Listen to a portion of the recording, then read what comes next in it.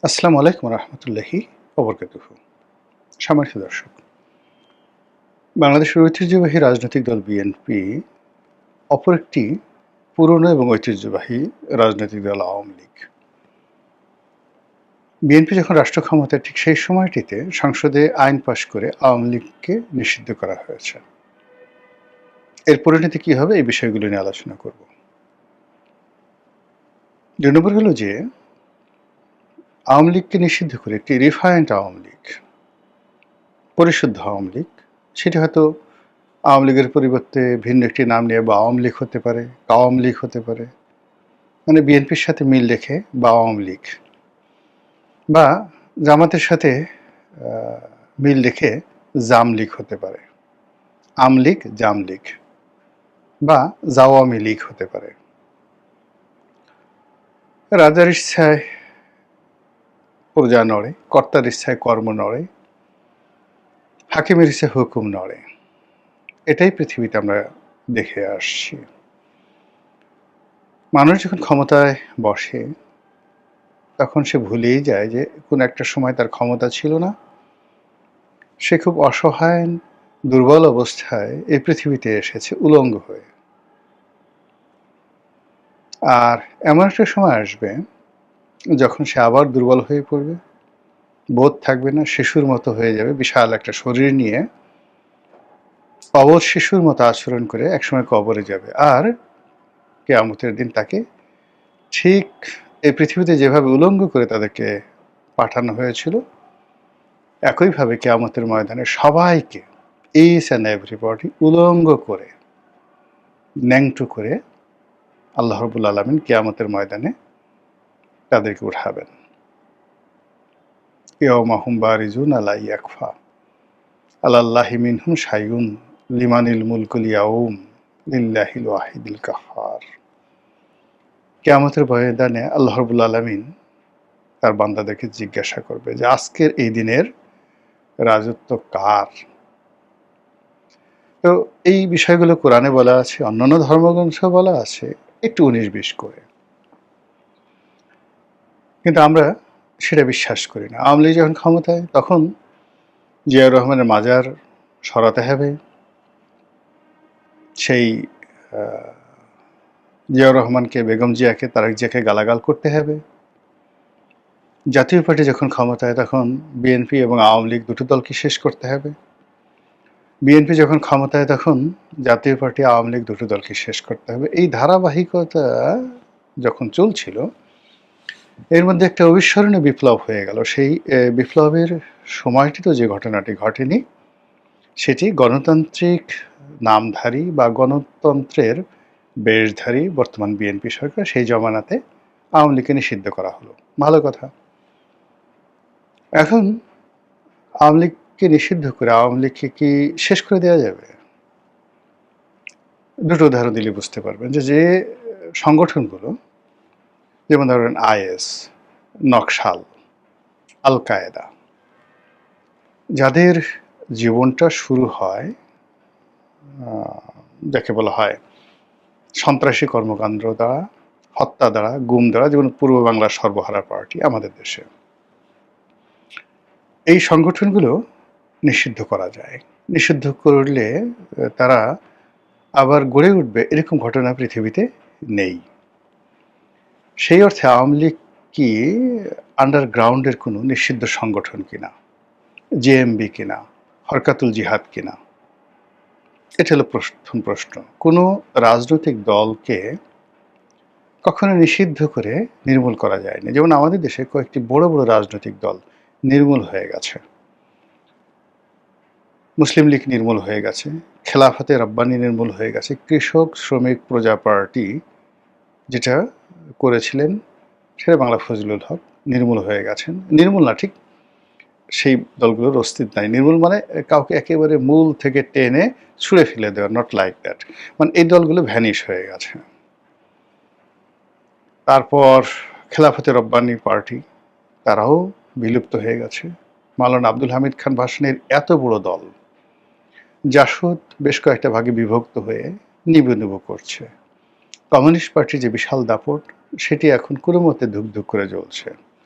অন্যদিকে বাসদ সহ অন্যান্য ছোট ছোট যে সকল দল আছে তাদের অবস্থা বেশি একটা ভালো নয়। তো আমি যতটুকু পড়েছি সেটা হলো যে কখনো নেতৃত্ব সংকটে, কখনো পলিটিক্যাল যে তাদের যে ধ্যান ধারণা, চিন্তা চেতনা এগুলোকে জনগণ আর গ্রহণ করতে চায় না। কখনো সমাজের বিবর্তন হয়, কখনো পরিবর্তন হয়। সেই পরিবর্তনের সঙ্গে রাজনৈতিক দলগুলো তাদের যে আইডিওলজি, চিন্তা চেতনা, কর্ম ইত্যাদি একত্র না করার কারণে অনেক রাজনৈতিক দল সারা দুনিয়াতে বিলুপ্ত হয়। আওয়ামী লীগ কি সেরকম অবস্থায় পড়েছে? যদি না হয়, আওয়ামী লীগ বিলুপ্ত হবে না। আর আওয়ামী লীগ যদি নিজেদেরকে মনে করে যে না তারা সর্বজ্ঞানী এবং পরিবর্তিত পরিস্থিতির সঙ্গে এই যে একটা নতুন জেনারেশনে এসছে, এই যে একটা নতুন পরিস্থিতির সৃষ্টি হয়েছে, নতুন একটা এনভায়রনমেন্ট তৈরি হয়েছে, এটার সঙ্গে সামঞ্জস্য যদি আওয়ামী লীগ করতে না পারে, আওয়ামী লীগকে নিষিদ্ধ করতে হবে না, আওয়ামী লীগ এমনি নিষিদ্ধ হয়ে যাবে বা বিলুপ্ত হয়ে যাবে। অন্যদিকে যদি রাষ্ট্রের সর্বশক্তি নিয়োগ করে আরও দুনিয়ার অনেকগুলো রাষ্ট্রকে একত্র করা হয়, সবাই মিলে যদি চেষ্টা করে, তবু আওয়ামী লীগকে নিষিদ্ধ করা যাবে না যদি এটির নেতৃত্ব থাকে, এটির রাজনৈতিক যে আদর্শ সেটি থাকে, এটির অ্যাডাপশন ক্ষমতা থাকে, এটির রিনোভেশন ক্ষমতা থাকে, তাহলে এটি টিকে যাবে বেটার দ্যান বিফোর, আগের চাইতে, অন্য যে কোনো সময়ের চাইতে। আওয়ামী লীগ ক্ষমতা হারা হয়েছে প্রায় ২ বছর হলো, বা ২ বছরের চেয়ে বেশি। তো এই যে না, এখনো ২ বছর হয়নি, আগস্ট মাসে ২ বছর হবে। তো প্রায় ২ বছর হলো তারা ক্ষমতা হারা হয়েছে। এই সময়ের মধ্যে আপনি কি আওয়ামী লীগের কোনো বিবর্তন দেখতে পাচ্ছেন? পরিবর্তন, পরিবর্ধন, পরিমার্জন, নেতৃত্বের কোনো যাকে বলা হয় যা কিছু আছে, যেমন আমাদের দেশে দুটো রাজনৈতিক দলের উপর মারাত্মক বিপদ এসেছিল এরশাদ সাহেবের পতনের পরে। তো এখন এরশাদ সাহেবের পতনের পরে ৯০, ৯১ এই পুরো সময়টা বা আজ অবধি আপনি যদি জাতীয় পার্টির পরিবর্তন বিবর্তন সব কিছু দেখেন, তার সঙ্গে কি আওয়ামী লীগের মিল আছে? যদি না থাকে তাহলে আওয়ামী লীগের অস্তিত্ব সংকটটা কোন জায়গায় গিয়ে পৌঁছবে? This is one. দ্বিতীয়ত হলো বিএনপির উপর বহুবার যাকে বলা হয় বিপদ আপদ বালা মুসিবত এসছে। জিয়া রহমানের মৃত্যুর পর, প্রেসিডেন্ট সত্তারের ক্ষমতাচ্যুতির পর, এরশাদ জমানায় ক্ষমতা লাভের পর, এরপর ১/১১। এই সুদীর্ঘ সময়ে বিএনপি কি করেছে? বেগম জিয়া কি করেছেন, তারেক জিয়া কি করেছেন, মির্জা ফখরুল কি করেছেন, আগের যারা নেতৃবৃন্দ ছিলেন তারা কি করেছেন, আর আওয়ামী লীগ এখন কি করছে? এরকম একটা পরিস্থিতিতে যেমন তারেক রহমান সাহেবকে একেবারে রীতিমতো প্রোটোকল দিয়ে রাষ্ট্র অ্যাগ্রি করে চিকিৎসার নামে তাকে বিদেশে পাঠানো হলো। তিনি সেখানে গিয়ে বলে গেছিলেন যে আমি আর রাজনীতি করব না, কিন্তু তিনি বিদেশে গিয়ে রাজনীতি শুরু করলেন, কিন্তু বাংলাদেশের মানুষের কিছু করার ছিল না। কিন্তু তিনি ছাড়া তার পুরো পরিবার, আত্মীয় স্বজন, বন্ধু বান্ধব সবাই দেশে ছিল, জেলে ছিল। কিন্তু আওয়ামী লীগের ক্ষেত্রে কি আজকে সেটি প্রযোজ্য? যদি সেটি প্রযোজ্য না হয় তাহলে আপনি কি করবেন? এদেশে রাজনীতি করতে হলে আওয়ামী লীগের সবাইকে দেশে ফিরে আসতে হবে, এটা বাংলা কথা। দিল্লিতে থেকে, কলকাতাতে থেকে, নিউ ইয়র্কে থেকে, ইন্টারনেটে থেকে যারা মানে ইল্লু পিঙ্কুদের মতো গালাগালি করতে পারে, এই সমস্ত লোকের ঘাড়ে ভর করে সেই বিদেশে বসে, নিউ ইয়র্কে বসে, কানাডাতে বসে আপনি তারেক রহমান সাহেবকে 10টা গালি দিলেন, ভয় দেখালেন আসতেছি ইত্যাদি ইত্যাদি, লিখে রাখেন একেবারে তামার পাতে, পূবের সাথে পশ্চিম উঠে গেল, রাজনীতি হবে না। রাজনীতি হতে হলে মানে আপনি একটা সময় জাসদ বা সর্বহারা পার্টি তারাও তো গুপ্তভাবে অনেক কাজ করেছে। জামাত গুপ্তভাবে অনেক কাজ আমরা বলছি, কিন্তু তারপরে তো জামাতের উপর যত বিপদ আপদ গেছে সেই 1947 থেকে জামাতের একটা অংশ কৌশলগত কারণে পালিয়েছিল, চেহারা পাল্টেছে, কিন্তু তাদের সংগঠনের একটা বিরাট অংশ পথে ঘাটে মাঠে ছিল। আওয়ামী লীগ সেই জায়গাটিতে নেই। ফলে এটা যদি চলতে থাকে তাহলে নিষিদ্ধ বড় ব্যাপার নয়, নিষিদ্ধ একটা টোটালি কাগজে কলমের একটা বিষয়। আওয়ামী লীগ এমনি অটোমেটিক্যালি মুসলিম লীগ হয়ে যাবে। কিন্তু আওয়ামী লীগ যদি সাহস করে সব পরিণতি মেনে নিয়ে একেবারে বাংলাদেশে আসে, এই যে যেমন ধরেন আইভি জেলে ঢুকলো, তার কি জামিন হয়নি? সাবির হোসেন চৌধুরীর কি জামিন হয়নি? আচ্ছা, ব্যারিস্টার রফিকুল ইসলাম, না, মেজর রফিকুল ইসলাম, তার কি জামিন হয়নি? আব্দুল মান্নান, সাবেক পরিকল্পনা মন্ত্রী, তার জামিন হয়েছে। সামনে সুমনের জামিন হবে, আর অনেকের জামিন হবে। এমনকি যদি দীপুমণি, তারপর শাহজাহান খান, সালমান এফ রহমান, আনিসুল হক, তাদেরও জামিন হয়ে যায়, আমি আশ্চর্য হব না? কিন্তু যারা ভয়ে দেশ ছেড়ে পালিয়ে গেছেন, মানে তাদের ভয় ক্রমশ বাড়তে থাকবে, তাদের দুর্নাম ক্রমশ ছড়াতে থাকবে, আতঙ্ক ছড়াতে থাকবে। তারা দিন দিন ভিক্ষুক হয়ে যাবেন, মানে যত টাকা চুরি চামারি করেছেন এগুলো সব শেষ হয়ে যাবে, পথের ফকির হয়ে যাবেন। তো এইভাবে আসলে রাজনীতি চলবে না, this is one. Second thing যে আর একটি, সেটা হলো আশা করি আওয়ামী লীগের লোক, বিএনপির লোক বুঝতে পেরেছেন। ভিডিও সংক্ষিপ্ত করব। দ্বিতীয় যে বিষয়টি, সেটা হলো রিফাইন্ড আওয়ামী লীগ। আসলে পরিশুদ্ধ রিফাইন্ড আওয়ামী লীগ হয় না, গৃহপালিত কখনো বিরোধী দল হয় না। বৃহৎ শক্তির সঙ্গে ছোট শক্তি যেভাবে আপনি যুক্ত করেন না কেন, মুহূর্তের মধ্যে সেটা শেষ হয়ে যায়। আওয়ামী লীগের সঙ্গে এভাবে যারা দাবিদারি করার চেষ্টা করেছে, জাতীয় পার্টি, হাসানুল হক ইনু, রাশেদ খান মেনন, মঈনুদ্দিন খান বাদল, এই সমস্ত লিজেন্ড বড় বড় নেতা, তাদের দল, রাজনীতি, ব্যক্তিত্ব সব শেষ হয়ে গেছে। সেই তুলনায় বর্তমান সরকারের সঙ্গে যারা মানে তেলবাজি করছেন, যারা সরকারের পার্ট হয়েছেন, তারা মানে যদি একজন আপনি হাসানুল হক ইনুর বর্ণাঢ্য ক্যারিয়ার ধরেন, সেই তুলনায় এখন এই সরকারের সাথে যারা আছেন তারা অবোধ শিশু, দুধ দাঁত উঠে না এখন অনেকের। তো এরশাদের সঙ্গে যারা কোলাবোরেশন করেছেন, তো সেই আসাম আব্দুর রবের মতো মানুষ, 100-150 আরও বিভিন্ন রাজনৈতিক দল, বিভিন্ন মুসলিম লীগ, মুসলিম লীগ নিয়ে অনেকেরই বর্ণাঢ্য রাজনৈতিক ক্যারিয়ার ছিল। সেই তুলনায় বর্তমান সরকারের সঙ্গে যারা দালালি করছেন তারা কিচ্ছু না, মাছিও না, মশাও না।